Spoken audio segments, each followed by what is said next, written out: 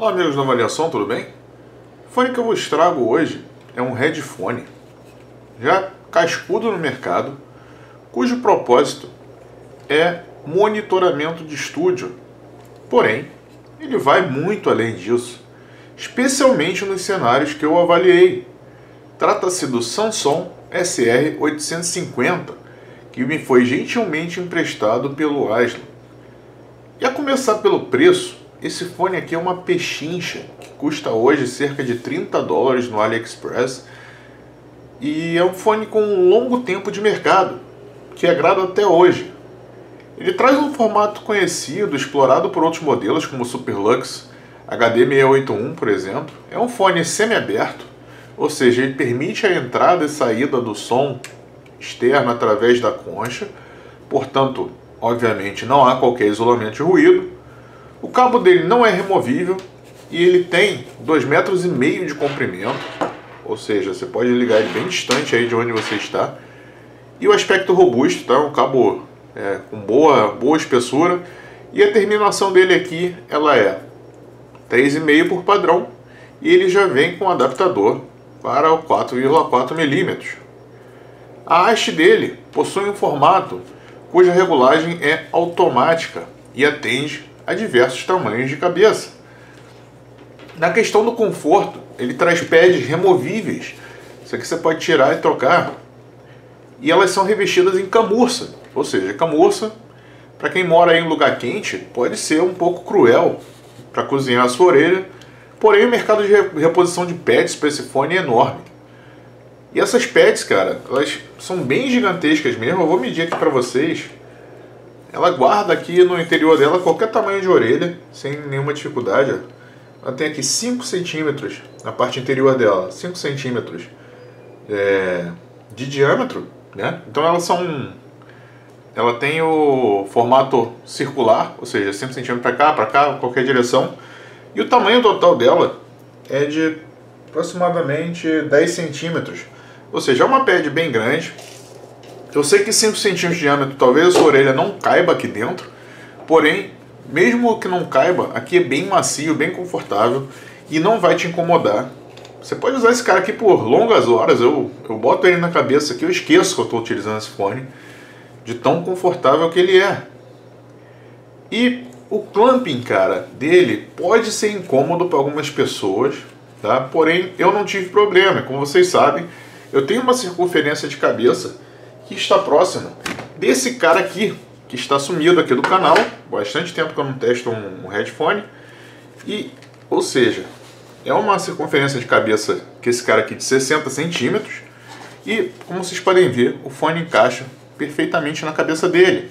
Algumas pessoas que eu vi alguns relatos na internet, o pessoal reclama da pressão dessa tira aqui, que faz a junção aqui em cima, essa parte de couro. Porém, eu não tive problema com isso, tá? E se você tem uma circunferência de cabeça um pouquinho menor, que é o caso da nossa querida Somnia, cuja circunferência de cabeça é de 45 centímetros, a gente vai dar uma olhada aqui, e numa cabeça pequena ele sobra completamente. Perfeito? Vamos tirar nossos amigos aqui de cena. Na questão da sonoridade musical, cara, esse fone aqui foi testado em múltiplas fontes. FC3, celular, BTR5, DX3 Pro Plus. E embora ele seja um headphone de monitoramento, não houve ganho perceptível de sonoridade em fontes mais poderosas. Porém, pode faltar volume para esse fone em celulares ou placas de som genérica de PC. Na questão dos graves, cara, esse fone me impressionou um pouco. Eu esperava menos impacto e presença de subs do que por ele ser um fone aberto. E esse fone aqui tem um ótimo peso de subgraves no caso. Ele é suficiente até para uma música eletrônica ou um hip hop. Os bumbos de bateria tocam com autoridade e agradam em faixas de rock. E são graves com boa extensão, embora eles não sejam os mais rápidos e careçam um pouquinho mais de textura. Os médios são bem limpos, bem presentes, com vozes bem audíveis em meio a outros sons. Os médio agudos possuem um ganho significativo e uma ótima claridade. porém eles podem soar um pouco agressivos dependendo da faixa. E na questão dos agudos, que são foco desse fone aqui, por ele ser voltado para o monitoramento, ele precisa mostrar detalhes da forma mais clara possível.